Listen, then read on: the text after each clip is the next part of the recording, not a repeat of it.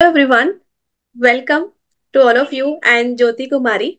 And I'm so happy, Jyoti, after a long time you are here again at Now Classes. Yes ma'am. So, ज्योति मेरी काफी पुरानी student है जिन्होंने net JRF भी clear किया है हिंदी सब्जेक्ट के अंदर and she is also doing PhD from IGNOU and that too regular and आपको अभी भी मिल रहा है स्टाइपेंड वगैरह वो जो यूजीसी का होता है. यस, जी यस. जी जी।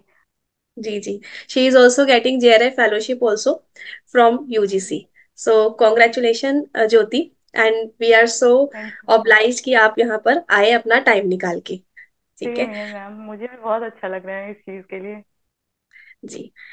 सो ज्योति जी, आप लर्नर्स को एक तरीके से क्लियर कीजिए कि इग्नू क्या एक अच्छी यूनिवर्सिटी है, क्योंकि ये डाउट मैं क्लियर कर चुकी हूँ कि ए प्लस प्लस सेंट्रल यूनिवर्सिटी एक बार वहां के स्टूडेंट्स अपने लैंग्वेज में बता सकते हैं पीएचडी के लिए. जी जी, मैं इस चीज़ के लिए इसलिए कहूँगी क्योंकि जो दिल्ली में है उनको तो क्लियर है कि हाँ, डीयू जेएनयू और उसके बाद वो ऑप्शन में रखते हैं, इग्नू को, जामिया को भी रखते हैं। लेकिन जो बाहर के बच्चे यानी दिल्ली से बाहर के बच्चे, उनको ये डाउट इसलिए होता है क्योंकि उन्होंने यूजी पीजी कोर्सेज जो है वो इग्नू से ओपन मोड में देखी है, तो उनको ये लगता है कि पीएचडी अगर हम कर रहे हैं तो एडमिशन हो जाएगा, बाकी हम अपने घर से पीएचडी करेंगे, तो ये चीज़ के लिए है। और जॉब लगती है इग्नू से पीएचडी करने के बाद, और मेरे सीनियर्स भी कहीं ना कहीं अभी ज्वाइन किए हुए हैं, तो इस चीज के लिए श्योरिटी मैं दे देती हूँ। और वैलिड है इग्नू से पीएचडी करना, तो आप अप्लाई कर सकते हैं इस चीज के लिए। जी. एक एग्जांपल मैं भी देती हूँ कि मेरी खुद की यूनिवर्सिटी में भी परमानेंट असिस्टेंट प्रोफेसर हैं. उनका भी मैंने प्रोफाइल देखा है, तो उन्होंने पीएचडी इग्नू से की हुई थी. तो यस, देयर वही आर हम सो जब मेनी तक एग्जांपल्स. प्रूफ ला के नहीं देंगे इनको, तब तक ये नहीं मानेंगे। नहीं, मेरे पास मेरे खुद की प्रोफेसर है जिन्होंने इग्नू से पीएचडी किया है एंड शी इज डीयू में भी देयर. बहुत सारे हैं मैम। हाँ. अच्छा, ग्रेट. बिल्कुल, आप भी जल्दी मरेंगे. This is the goal ultimately. ठीक है. सो जरूर। इसमें एंट्रेंस किस तरीके से होता है? मतलब बच्चों को तैयारी करनी है, 7 ऑफ जैन को इनका एग्जाम है. आप उसका बताइए. मैम एंट्रेंस अगर मैंने पहले भी बताया कि अगर एनटीए कंडक्ट करवाती तो वो ऑब्जेक्टिव मोड में होती, लेकिन अभी यूनिवर्सिटी कंडक्ट कराती है तो उसका पैटर्न मैंने पोस्ट पे शेयर किया था कि पिछली बार जिन्होंने ऑफर किया था पीएचडी, तो उनका पैटर्न अभी रिवील किया गया है। वो भी प्रीवियस प्रोस्पेक्टस के अकॉर्डिंग मैंने वो शेयर किया था। अभी फिलहाल इन लोगों ने इस तरीके से कुछ पैटर्न नहीं बताया है, तो शायद स्टूडेंट इस वजह से कंफ्यूज भी होंगे। तो आप अपने अपने डिसिप्लिन के प्रोफेसर्स को कांटेक्ट खुद कर लीजिए, अगर जिनका नहीं है, जैसे इंग्लिश का नहीं था उसमें, संस्कृत का नहीं है, तो वो लोग अपने प्रोफेसर को कॉल करके इस चीज के बारे में पूछ सकते हैं, क्योंकि कम दिन है, आपका 7 तारीख को एग्जाम भी है। तो पूछ लीजिए ताकि आपके लिए वो प्रिपेयर करना आसान होता है, क्योंकि सब्जेक्टिव मोड का प्रिपरेशन अलग होता है, ऑब्जेक्टिव के लिए प्रिपरेशन अलग होता है।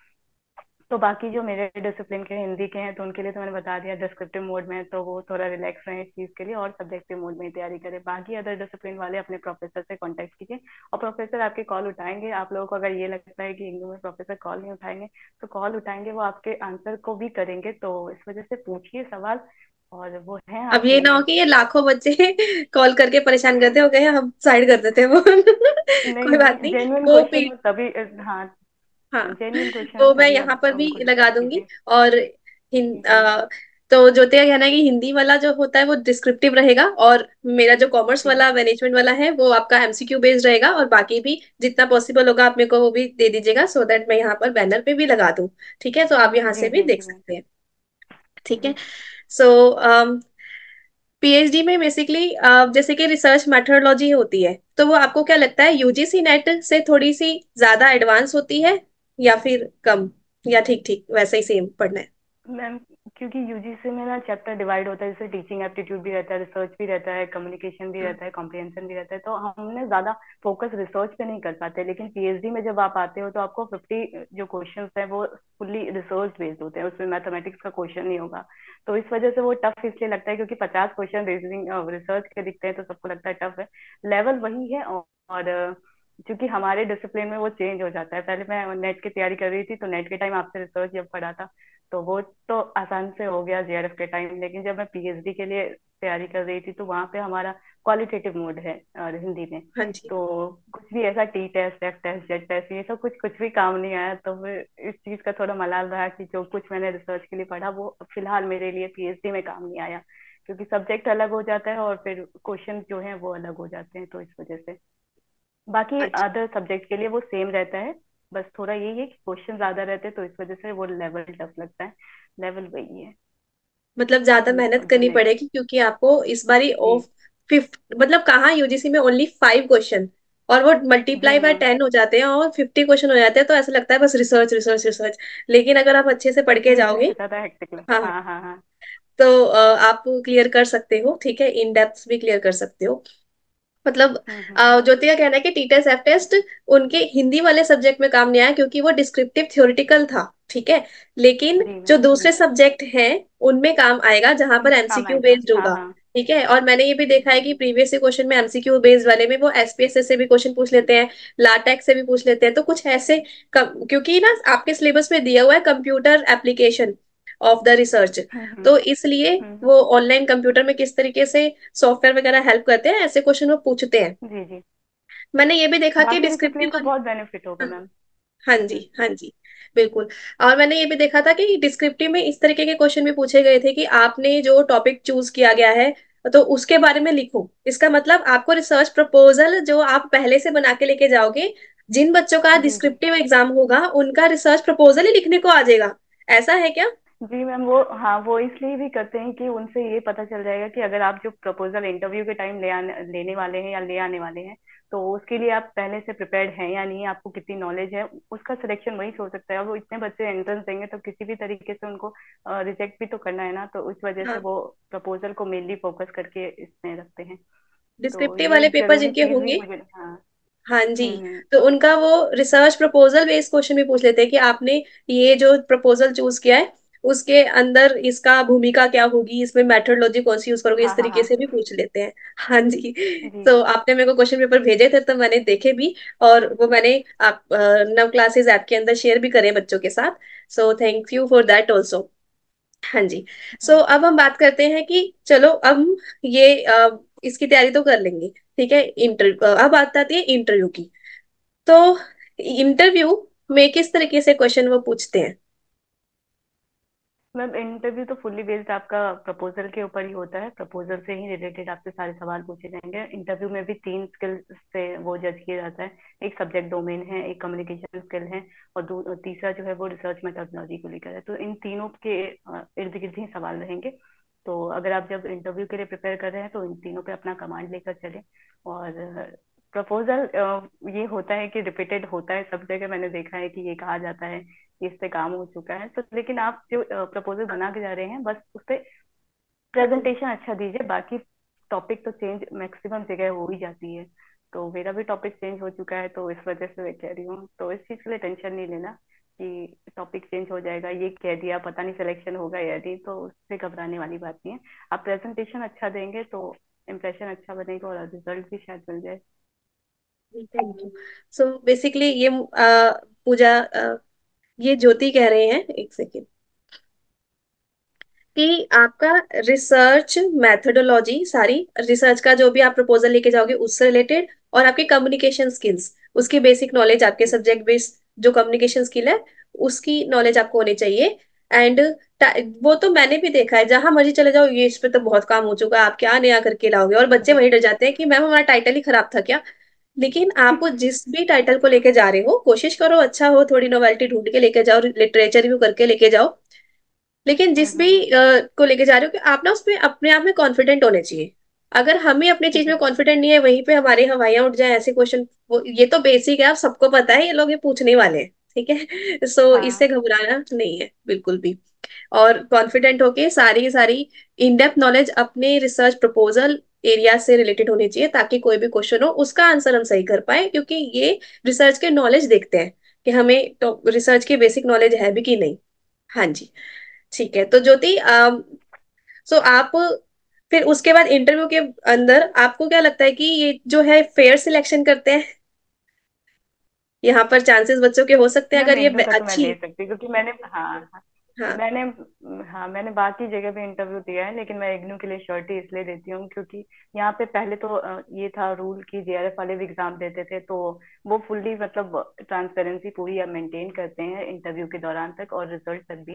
तो इस चीज के लिए आप श्योर हो सकते हैं कि यहाँ पे वैसा कुछ नहीं है जहाँ बाकी आपको देखने को मिलता है बाकी अदर यूनिवर्सिटी में। तो फुल्ली फेयर डिसीजन होता है यहाँ पे। एक तो बात ये भी है, हमें हमने कभी इग्नू के प्रोफेसर्स को बाहर से देखा ही नहीं होता, जैसे अदर यूनिवर्सिटी में फिर भी हम उनके कैबिन में जाके कांटेक्ट कर सकते हैं ना। यहाँ तो फर्स्ट टाइम हम जी इंटरव्यू जी। वाले दिन, तो इधर तो वो वाली चीज वैसे ही हट जाती है कि पहले से इसका कुछ सेटिंग हो गई ये वो। क्योंकि आपको हम्म। उनको भी कैंडिडेट का नहीं पता कि कौन कैंडिडेट आने वाला, और हमें भी हाँ उनका हाँ। नहीं पता कि कौन वहां पर हमें बोर्ड ऑफ मैनेजमेंट में मिलने वाला है। अच्छा, वहां पर इंटरव्यू में जी। कितने होते हैं लगभग प्रोफेसर जो हमारा इंटरव्यू ले रहे प्रोफेसर होंगे? जितने डिसिप्लिन, हाँ डिसिप्लिन में जितने रहते हैं वो सारे रहते हैं। एक्सटर्नल आई अच्छा। थिंक आते ही हैं, मैंने इतना नोटिस नहीं किया। एक्सटर्नल शायद आते होंगे या तो, लेकिन डिसिप्लिन के जितने भी स्टाफ ये फैकल्टी हैं वो सब इंक्लूडेड रहते हैं, चाहे वो असिस्टेंट प्रोफेसर हो, एसोसिएट हो या हम प्रोफेसर कह हो सकते सारे हैं रहते हैं। 7 to 12 के आसपास भी देखने को मिल सकते हैं इनको। हाँ मैम, जैसे मेरे डिसिप्लिन में ज्यादा नहीं है तो 7 8 के करीब है तो 7 8 हैं। बाकी अदर डिसिप्लिन में अगर 15 हैं तो उनमें भी देखा जाता है कि जो प्रोफेसर हैं उनको प्रायोरिटी ज्यादा मिलती है, तो वो लोग रहते हैं। वो रहते हैं बिल्कुल। आपका तो मतलब आपके सामने अच्छे खासे बोर्ड ऑफ मैनेजमेंट होंगे हाँ और हाँ उनके हाँ सामने हाँ। आपको बिल्कुल। इंटरव्यू में आप प्रेजेंट अकेले करना वहाँ पड़ेगा। उस कमरे में, हाँ। अकेले होंगे। अच्छा, ऐसा है कि पीपीटी वगैरह बना के लेके जानी है या पेपर बेस्ड, मतलब सबमिट करना होता है प्रपोजल? मैम ये तो मेल के जरिए बता दिया जाएगा, क्योंकि जब सिलेक्शन हो जाएगा आपका कि इंटरव्यू के लिए आपको कॉल किया जा रहा है, तो आपको मेल पर्सनली कर दिया जाएगा कि किस किस तरीके से। तो हमारे डिसिप्लिन में सिर्फ प्रपोजल मांगते हैं, बाकी अदर का होगा तो वो मेल के जरिए बता देंगे। ठीक है। तो आपसे किस तरीके के क्वेश्चन पूछे गए थे उस टाइम पे? मैम मुझसे तो सबसे पहले यही पूछा गया था कि आपका प्रपोजल क्यों ये चूज किया है आपने, और उससे रिलेटेड ही सवाल थे। और एक चीज ये भी होता है कि हम जब अपने प्रपोजल पे काम करते हैं तो हम फुल्ली ना अपने प्रपोजल को ही देखते हैं कि बस इसी राइटर, जैसे मैंने एक पर्टिकुलर राइटर के लिए लिया था, तो उनसे सवाल मुझे लगा था ज्यादा से ज्यादा उन्हीं से सवाल होंगे। लेकिन उनके इर्द गिर्द जो भी समकालीन राइटर हैं उनके मतलब एज में जो भी लिख रहे हैं या उस युग में जो भी राइटर हैं उनके बारे में भी सवाल पूछे गए थे। तो मुझे तब नॉलेज नहीं थी इस चीज के लिए, तो फिर मुझे लगा था पता नहीं मुझसे ज्यादा से पूछ लिया क्या। तो फिर वहां जब मैं आकर के बाकी सीनियर्स वगैरह से पूछा इस तरीके से कि ऐसे सवाल थे मुझसे, तो कहते नहीं, इतनी नॉलेज तो लेके चलनी होती है कि आप अगर उपन्यासों पे काम कर रहे हैं तो आपको उसकी हिस्ट्री पता होनी चाहिए, या आप किसी पर्टिकुलर राइटर के बारे में बात कर रहे हैं तो उनके लेखन से लेकर जो समकालीन राइटर है उनसे क्या क्या सिमिलरिटी है, क्या क्या डिफरेंसेस है, वो सब चीज आपको मालूम होनी चाहिए। तो ये चीज था। इंटरव्यू देने से एक चीज है मैम, थोड़ा बहुत जो है आपको आइडिया लग जाता है कि किस तरीके से अब ये फेस करना है। तो देते रहिए जहां भी आपको मौका मिले इंटरव्यू देने का। तो इंटरव्यू देने से ये चीज है कि आपको खुद में कॉन्फिडेंस होता है और एक रिसर्च प्रपोजल की टेस्टिंग मिल जाती है, क्योंकि आप किससे पूछेंगे कि आपने जो प्रपोजल बनाया है वो सही है या नहीं। तो इस चीज के लिए बाकी, क्योंकि बच्चे अप्लाई तो करते हैं और एग्जाम देने के लिए नहीं जाते, सबसे बड़ी बात ये चीज है। या इंटरव्यू देने के लिए नहीं है, दूर है कौन जाएगा, लेकिन जाइए, मैं हाँ। यही कहूंगी कि मेरे टाइम पे भी ऐसा कोई नहीं था कि प्रपोजल के लिए मुझे कोई गाइड करे। तो इंटरव्यू देते देते ही मुझे ये चीज पता चल गई कि ऐसे ऐसे पढ़ना है, ये सब चीजें ध्यान में रखनी है इंटरव्यू देते वक्त। समझ गए बिल्कुल। आप जैसे कहीं इंटरव्यू देते हैं तो उसको एज अ मॉक इंटरव्यू ले सकते हैं हम्म। कि भाई मेरी गलतियां निकलेंगी जी तो अभी तो हम आगे जाके नेक्स्ट टाइम अच्छा कर पाएंगे। हाँ जी, बिल्कुल। जी। हालांकि इंटरव्यू वाला कोर्स अभी मैंने निकाला भी है अपनी नव क्लासेस ऐप के अंदर, और प्रपोजल वाला भी, तो कि बिल्कुल किस तरीके। बच्चों को तो ज्वाइन करनी चाहिए इस चीज के लिए। हाँ जी। सो वो जो थी, आई थिंक 2 years बैक आपका हुआ था ना, जेआरएफ? जी मैम। हाँ जी। तब हमने नहीं मैम निकाला था। मुझे तो हाँ जी। मैंने 2 बार जेआरएफ हो गया था मैम, कंफ्यूजन के चक्कर में। मतलब मैंने अपीयरिंग ईयर में, जब मास्टर के अपीयरिंग ईयर में जेआरएफ दिया था, तो फिर जब फाइनल ईयर मास्टर का दे दिया, तो सब मेरे पास आस पास जितने भी फ्रेंड थे तब यही कह रहे थे कि नहीं तुम्हारा बेकार हो जाएगा जेआरएफ, इस जेआरएफ की कोई वैलिडिटी नहीं होगी, तुमने पहले क्यों निकाल दिया। तो मुझे एक डाउट था, मैं सबसे पूछती थी, मुझे कोई नहीं बताने वाला था कि क्या होने वाला है, कि ये वैलिड है या नहीं है। तो फिर लास्टली मैंने यूजीसी को मेल किया था, तो यूजीसी की तरफ से रिस्पॉन्ड ही नहीं आया था कुछ। तो मुझे लगा पता नहीं अब रिस्क नहीं लेना चाहिए मुझे, तो इसलिए मैंने दोबारा दिया था फिर उस चीज के लिए एग्जाम। और जब इग्नू के लिए भी इंटरव्यू दिया था तो रिजल्ट हो गया था, मेरा सिलेक्शन नहीं हुआ था, तो मुझे लगा कि यार ये भी रह गया, इस जगह भी मेरा वो सिलेक्शन नहीं हुआ। तो बाद में फिर सेकेंड लिस्ट आई थी, और तो इग्नू अच्छा, के सेकेंड लिस्ट में मेरा फिर वो आया था सिलेक्शन हो गया था। नाम। अच्छा, ऐसे ही जी। कुछ बच्चे और भी हैं जो ये सोचते हैं सेकंड लिस्ट में तो आना मुश्किल है ना, वो वेटिंग में लिख देते हैं। लेकिन वो हम्म। वेटिंग लिस्ट में भी पॉसिबिलिटी पता है क्या होती है, क्योंकि इससे पहले वाले किसी ने छोड़ दी अपनी सीट तो जी आपको जी, मिल वही जाती मैम, है। इग्नू के डाउटफुल को लेकर के अगर उनका सिलेक्शन अगर डीयू में हो गया ना तो वो इग्नू छोड़ देते हैं, तो ये चीज जो है हाँ, इसकी वजह से सीट भी बहुत बर्बाद करते हैं बच्चे। तो आप अगर एक चीज क्लियर कर लीजिए, आपको अगर इग्नू में सिलेक्शन नहीं लेना आवाज थोड़ी कम ये हो गई बाकी है। बच्चों के लिए। हाँ हाँ, जी, अगर आपको इग्नू में एडमिशन नहीं लेना तो बाकी बच्चों के लिए आप ऑप्शन छोड़ दीजिए, ठीक है, क्योंकि आप लोग बिल्कुल। कोर्स वर्क करने के बाद फिर, हाँ, क्योंकि बहुत बच्चे मैं देखती हूँ जेआरएफ है उनका कहीं एडमिशन नहीं हो रहा, तो वो लोग ज्यादा परेशान है आपके कंपैरिजन में। तो अच्छा है, आप अगर किसी अच्छी यूनिवर्सिटी से करना चाहते हैं तो उसी को अपना टारगेट बनाइए। यहाँ एडमिशन लेके फिर वहां चले जाना तो प्रोफेसर भी इस चीज के लिए बहुत परेशान होते हैं, तो बस अब यही यस, बिल्कुल। कहना था। सीट खराब हो जाती है दूसरों की, अगर आपको लगता है कि आपने हम्म। एडमिशन लेना है तो प्लीज तभी जाइए किसी भी यूनिवर्सिटी में। यही बहुत इंपॉर्टेंट बात है। तो इतने लोग रोते रोते रह जाते हैं कि भाई मेरा नहीं हुआ, मेरा नहीं हुआ, और सबसे बड़ी दूसरा बात मैम, बंदा अपनी सीट छोड़ जाता है। हाँ जी, हाँ जी। जेआरएफ की वैलिडिटी जब खत्म हो जाती है तो ज्यादा दिक्कत होती है। हाँ जी, ठीक है। सो एनीथिंग एल्स आप सजेस्ट करना चाहते हो, क्योंकि आप के खुद के एक्सपीरियंस है या स्टूडेंट्स की क्वेरीज के बेसिस पे, कि आप कुछ सजेस्ट करना चाहते हो स्टूडेंट्स को इग्नू पीएचडी के बारे में? इग्नू पीएचडी के बारे में मैं यही कहूंगी कि वो वैलिड है। और एक और सवाल जो लर्नर पूछते हैं, स्टडी सेंटर, रीजनल सेंटर, तो वो सब कुछ नहीं होता, आपको यहीं पे दिल्ली में आकर पीएचडी करनी होती है। और पार्ट टाइम फुल टाइम दोनों पीएचडी इसमें होती है। आप अगर गवर्नमेंट एम्प्लॉई हैं, पीएचडी करना चाहते हैं तो वो भी इसमें अप्लाई कर सकते हैं। कोर्स वर्क के लिए आपको छुट्टी लेनी होती है 6 मंथ की, तो वो कोर्स वर्क के टाइम तक ही है, उसके बाद फिर आप ज्वाइन कर सकते हैं अपनी जॉब। तो एक आपके लिए अच्छे अपॉर्चुनिटी भी है कि आपको पीएचडी भी करने का मौका साथ साथ मिलता है। बाकी अदर बच्चे जो हैं अगर फेलोशिप ले रहे हैं तो उनका रेगुलर कॉलेज या यूनिवर्सिटी विजिट करना जरूरी है। बाकी अदर जो नेट वाले हैं, अच्छा, नेट की फेलोशिप के लिए भी एक सवाल आता है, तो जो जैसे बाकी अदर यूनिवर्सिटी में नेट की फेलोशिप मिलती है, यहाँ पर भी मिलती है, लेकिन यहाँ पे कोर्स वर्क के बाद मिलती है। और जो मेरिट लिस्ट बनती है इंटरव्यू के बाद, सिलेक्शन लिस्ट जो मेरिट लिस्ट है उसके अकॉर्डिंग आपको इसमें फेलोशिप मिलती है। तो ये नहीं है कि सारे बच्चों को फेलोशिप देगी, क्योंकि इग्नू ज्यादा पीएचडी ऑफर ही नहीं करती है, कम बच्चों को पीएचडी ऑफर करती है।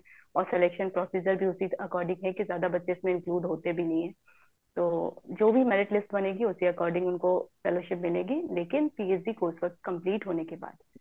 तो बस यही है, और पीएचडी वैलिड है, और मैं भी कर रही हूँ, जेआरएफ मिलती है यहाँ पे, सबसे बड़ी बात है जेआरएफ के लिए आप लोग बहुत अच्छा, एक सवाल मुझसे ये भी पूछा गया था कि अगर एडमिशन ले लिया उसके बाद फिर अगर जेआरएफ निकलेगा तो मेरे को फेलोशिप मिलेगी या नहीं, तो मिलेगी, बिल्कुल मिलेगी।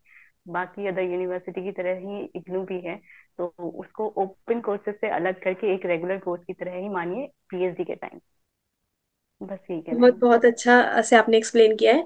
तो इट मीन्स इन्होंने आपके लिए एक एक्स्ट्रा होप और जगा दी है ज्योति जी ने, कि आपका जेआरएफ तो मिलेगा ही, या फिर जिनका ओनली नेट है उनके लिए भी चांस है, क्योंकि जी वो अगर आप अच्छा परफॉर्म करते हैं अपने इंटरव्यू में, ठीक है, और एंट्रेंस वगैरह में, तो फिर आपके लिए भी चांस है कि आपको नेट वाली फेलोशिप भी मिले इग्नू से, जो कि आई थिंक यूनिवर्सिटी देगी, है ना, नेट वाली यूनिवर्सिटी देती है फेलोशिप, जी मैम। और जेआरएफ वाली यूजीसी देती है।